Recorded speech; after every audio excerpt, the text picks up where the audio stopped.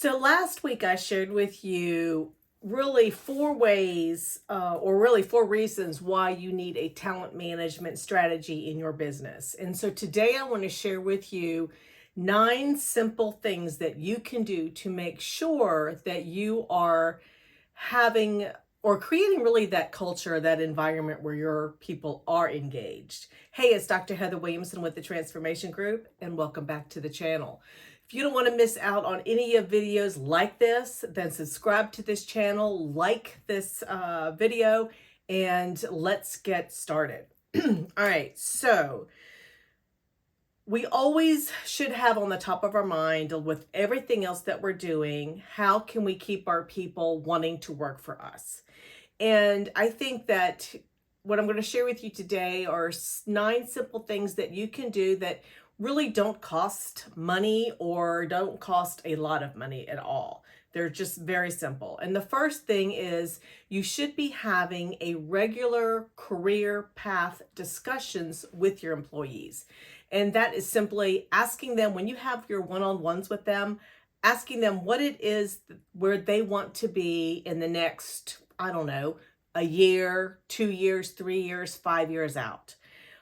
And this way you can help them develop the skills that they need, the knowledge that needs to be acquired to really help them so when an opportunity does come up that they are going to be ready for it. The second thing is to really build awareness as a manager and really talk about those relationships gaps that they might be having with their people.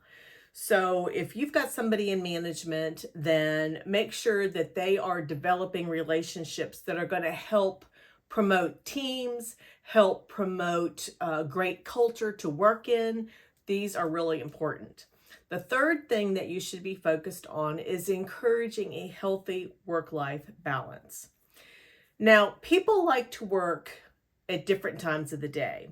You might have one manager or an employee who is a late night owl. And you might have somebody that is just really up early in the morning at 5 a.m. And whether you are a night owl or you're up at the crack of the dawn, then you might be sending emails out to your team or your coworkers.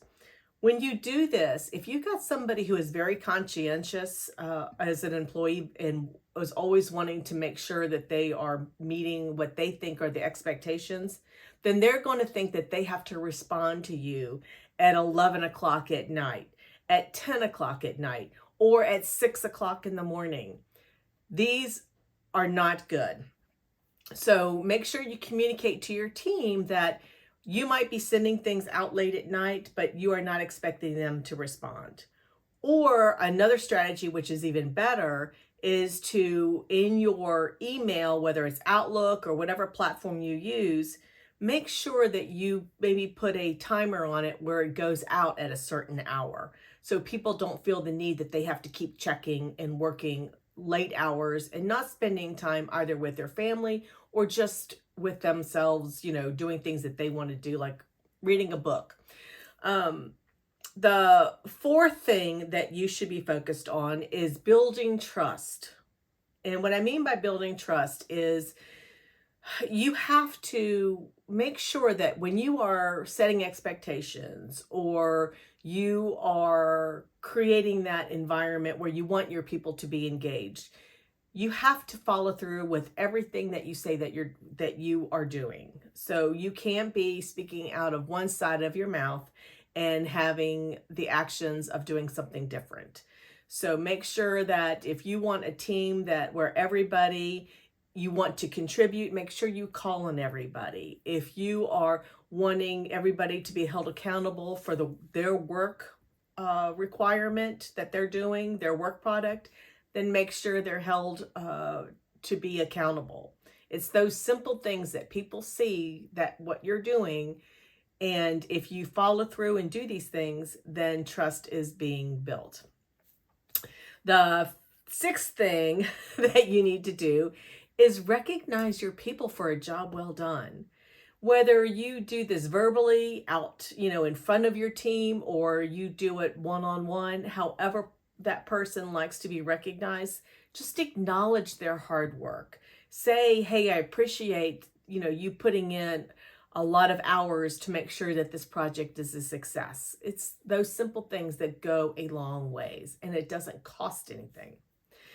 The seventh thing that I want you to think about doing is writing just a personalized thank you note. I think this went away long ago, sadly. I mean, even the thank you notes for getting gifts from Christmas or birthdays just seem to have gone to the wayside. But if you write a simple thank you note and you put in there why you're appreciative of what that employee has done, you will be amazed how far that gets you. I remember when I was collecting data for my dissertation, I used this huge medical company as my data source. And when I went to share the results, which looked at employee engagement, really to focus on reducing turnover, this executive wrote thank you notes to his people and those that reported underneath him where he actually had positive reactions with positive results. And I went in there one day to share the results of the study, and he's like, hey, Heather, I want you to come around and I want to just walk through, this department. And he shared with me a couple of the staff's cubicles, and they had his thank you notes pinned up on the cubicle wall, which, that says 1,000 words that are not even spoken, what that meant to that employee, that they are actually sharing that with everybody in that office. So kind words in the simple form of a thank you note go a long ways. The 1, 2, 3, 4, 5, 6, 7, 8. The ninth thing that I want you, or the eighth thing I want you to think about is rewarding behaviors that exemplify what in your mind that great company culture is.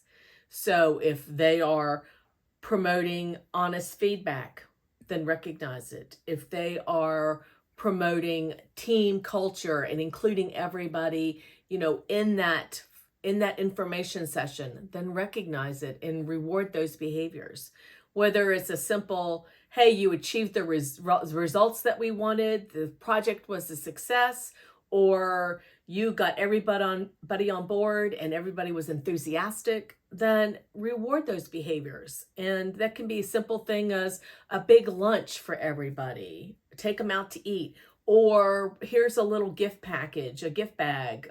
It could be a simple thing as a candle or a gift card to our local restaurant, especially those that are entrepreneurs and locally owned, which would be really appreciated. So these simple things like that go a long ways. And then finally, embrace a hybrid workforce by allowing your people to work and really to choose where they want to work. If they want to come into the office a couple days a week, then if that works for you, then allow that to happen. You'd be surprised about the increased level of productivity when people are not working in the office. And then bring them in to make sure, once or twice a week to make sure that, you stay on top of making sure that they feel like they're recognized and part of the team, then that is great. But hybrid workforce is the way things are these days. So just to recap real quick, the first thing that you can do to make sure that you are engaging your employees is have regular career path discussions with them. The second is to build awareness of that manager on your team to make sure that they are building those relationships. The third is to encourage a healthy work-life balance. The fourth is to build trust by leading remote teams, by building trust in your team members. And then also the next is to recognize your people for a job well done. And then another is to write personalized thank you notes for your employees. And next to the last one is to reward behaviors that exemplify the best of your company culture. And then last but not least, embrace a hybrid workplace where your employees have the option to work where they choose to work. All right. Hopefully you will implement these. If you do, let me know how it goes. I would love to hear from you.